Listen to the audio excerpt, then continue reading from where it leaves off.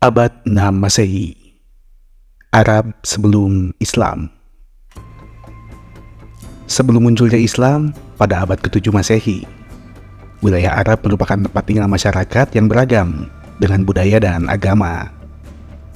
Periode ini sering disebut sebagai masa jahiliyah dalam Islam, yang berarti zaman kebodohan, merujuk pada praktik-praktik sosial yang dianggap tidak beradab atau tidak beragama menurut pandangan Islam.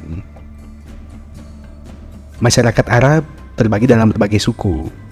Setiap suku memiliki pemimpin, biasanya disebut syekh, dan aturan yang dijaga dengan ketat. Identitas suku sangat penting, dan loyalitas utama adalah kepada suku. Konflik antar suku sering terjadi, dan upaya untuk menjaga kehormatan dan mempertahankan wilayah suku menjadi prioritas.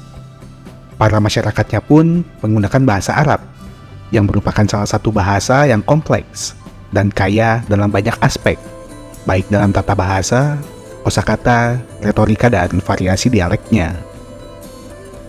Kota Mekah yang dikuasai oleh suku Quraisy adalah pusat perdagangan penting karena lokasinya di persimpangan jalur perdagangan utama yang menghubungkan Afrika, Timur Tengah, dan Asia Selatan. Selain itu, Mekah memiliki Ka'bah, tempat suci yang dihormati oleh suku-suku Arab sebagai pusat ziarah, meskipun pada saat itu Ka'bah digunakan untuk menyembah berhala. Sebagian besar masyarakat Arab sebelum Islam mempraktikkan politeisme dan menyembah berbagai dewa dan dewi yang dianggap sebagai perwakilan kekuatan alam atau pelindung suku.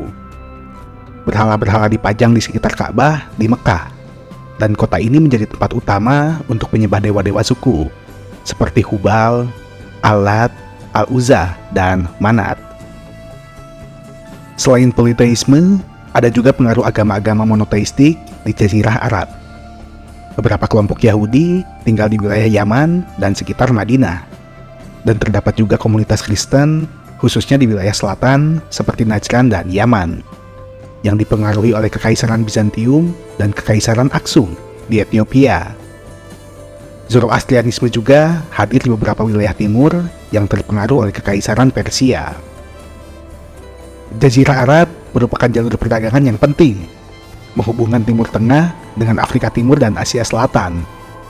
Barang-barang seperti rempah-rempah, emas, kemenyan, kain sutra, dan parfum diperdagangkan melalui jalur ini. Dengan kota-kota seperti Mekah, Yathrib, kemudian dikenal sebagai Madinah, dan Taif, menjadi pusat perdagangan yang ramai. Sebagian besar masyarakat Arab hidup sebagai petani, pedagang, atau penggembala. Suku-suku Baduy yang hidup nomaden, menggantungkan hidup pada perdagangan, perampokan antar suku, dan bergembala unta maupun domba. Secara keseluruhan, Jazirah Arab sebelum Islam adalah kawasan dengan dinamika politik yang kompleks, kaya akan keanekaragaman budaya dan agama, dan dipengaruhi oleh jaringan perdagangan yang luas.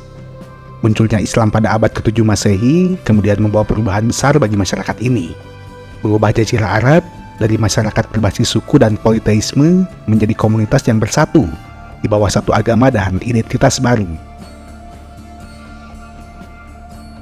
Kerajaan Aksum. Kerajaan Aksum adalah kerajaan besar yang pernah berdiri di Afrika Timur Laut, berpusat di wilayah yang kini menjadi Ethiopia dan Eritrea.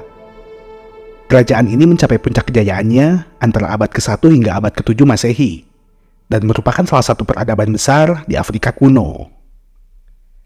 Aksum dikenal sebagai salah satu kekuatan utama dunia kuno, dengan pengaruh besar dalam perdagangan, agama, dan politik di Afrika, Timur Tengah, dan Laut Tengah. Aksum berkembang di kawasan subur yang berada dekat Laut Merah, menjadikannya pusat perdagangan strategis. Wilayah ini menjadi pertemuan antara jalur perdagangan Afrika, Arab, dan India. Aksum mengekspor emas, gading, kulit hewan, dan rempah-rempah ke wilayah-wilayah seperti Romawi, Persia, India, dan Tiongkok. Pada awalnya, masyarakat Aksum mempraktikkan agama politeistik dengan penyembahan dewa-dewi setempat. Namun, sekitar abad ke-4 Masehi, Raja Ezana, salah satu raja Aksum yang paling terkenal, memeluk agama Kristen setelah berinteraksi dengan misionaris dari Timur Tengah. Ini menandai awal penyebaran Kristen di wilayah tersebut, menjadikan Aksum salah satu kerajaan Kristen pertama di dunia. Kristen Aksum berkembang sebagai cabang kekristenan Koptik, terhubung dengan gereja Koptik Mesir. Aksum juga memiliki peran penting dalam perkembangan agama Kristen di Ethiopia, yang tetap menjadi agama dominan hingga saat ini. Kekristenan Koptik adalah denominasi Kristen Ortodoks yang berpusat di Mesir dan memiliki akar sejarah yang sangat tua, hingga zaman awal penyebaran agama Kristen di wilayah tersebut. Kata Koptik berasal dari istilah Yunani Aegyptios yang berarti orang Mesir, dan kemudian diadaptasi menjadi Koptik untuk merujuk pada orang-orang Kristen asli Mesir. Gereja Koptik memiliki keyakinan dasar yang sama dengan gereja Kristen lainnya dalam hal Trinitas dan kepercayaan kepada Yesus Kristus sebagai Tuhan dan Juru Selamat. Namun, ada beberapa aspek unik dalam ajaran dan praktik Koptik. Gereja Koptik percaya pada pandangan miafisitisme, yang berarti mereka melihat Yesus Kristus memiliki satu kodrat ilahi manusia yang bersatu, bukan dua kodrat yang berbeda antara ilahi dan manusia, seperti yang diyakini dalam Kristen Kalsedonian. Liturgi Koptik menggunakan bahasa Koptik kuno, meskipun bahasa Arab sering digunakan dalam kebaktian sehari-hari. Upacara liturgi Koptik terkenal khusyuk dan berlangsung dalam waktu yang cukup lama, dengan nyanyian, doa, dan ritual khusus. Gereja Koptik menggunakan ikon-ikon suci yang khas dan memiliki gaya seni Koptik sendiri. Ikon-ikon ini berbeda dari ikon Ortodoks Timur, baik dalam gaya maupun simbolisme. Kerajaan Aksum dikenal sebagai salah satu dari 4 kekuatan besar dunia pada zamannya, bersama dengan Kekaisaran Romawi, Kekaisaran Persia, dan Kekaisaran Tiongkok. Aksum memperluas kekuasaannya ke Yaman, yang berada di seberang Laut Merah, dan memerintah wilayah tersebut selama beberapa waktu. Pengaruhnya di Arab membuat kerajaan ini terlibat dalam konflik politik dan agama dengan kekuatan lain, termasuk Persia dan Kekaisaran Bizantium. Abraha, tokoh yang kemudian dikenal dalam sejarah Islam, adalah salah satu pejabat Aksum yang ditugaskan di Yaman, mencerminkan kontrol Aksum atas wilayah ini. Abraha adalah seorang gubernur Kristen dari kerajaan Aksum yang memerintah Yaman pada abad ke-6 Masehi. Ia dikenal karena upayanya untuk menguasai jalur perdagangan dan mempengaruhi agama di kawasan tersebut. Abraha awalnya adalah seorang pejabat di bawah kekuasaan Raja Negus, penguasa Aksum, yang berhasil memimpin pemberontakan melawan seorang gubernur sebelumnya, dan kemudian diangkat menjadi pemimpin Yaman. Sebagai seorang Kristen yang taat, Abraha berambisi menjadikan Yaman sebagai pusat kekristenan di kawasan Arab. Salah satu langkah besarnya adalah membangun sebuah gereja megah di Sana'a yang disebut Al-Qolis, dengan harapan menarik perhatian dan ziarah ke wilayahnya, menggantikan Ka'bah di Mekah sebagai pusat keagamaan. Untuk melanjutkan ambisinya ini, Abraha kemudian memimpin ekspedisi militer dengan tujuan menghancurkan Ka'bah, membawa serta pasukan gajah besar yang kemudian menjadi simbol cerita tersebut. Al-Qolis adalah sebuah gereja besar yang dibangun oleh Abraha di Sana'a, Yaman pada abad ke-6 Masehi. Nama Al-Qolis sendiri diyakini berasal dari kata Arab, kilis, yang berkaitan dengan kata Yunani, klesia, yang berarti gereja atau tempat ibadah. Al-Qolis dibangun dengan kemegahan luar biasa dan konon dihiasi dengan ornamen mewah, serta arsitektur indah untuk menunjukkan keagungannya. Abraha berharap gereja ini akan menggantikan Ka'bah sebagai tempat tujuan ziarah utama. Namun upaya Abraha untuk mempromosikan Al-Qolis sebagai pusat religius utama bertemu dengan penolakan keras dari masyarakat Arab yang memiliki ikatan budaya dan religius yang kuat dengan Ka'bah. Tindakan Abraha ini memicu kemarahannya terhadap orang Arab yang tidak mendukung gerejanya.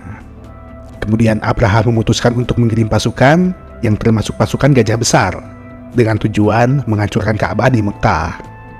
Namun, sebelum berhasil mencapai Ka'bah, pasukannya dihancurkan oleh sekelompok burung yang disebut ababil, yang membawa batu-batu kecil dan melemparkannya ke arah pasukan Abraha. menyebabkan kehancuran mereka. Burung-burung ini dikisahkan membawa batu-batu kecil yang kemudian dijatuhkan ke arah pasukan Abraha, menyebabkan kehancuran mereka dan melindungi Ka'bah. Menurut beberapa tafsir, burung-burung ababil datang berkelompok dan membawa batu panas atau kerikil kecil dari tanah liat yang mengeras atau disebut sijil dalam Al-Quran, yang digunakan untuk menyerang pasukan tersebut dari udara.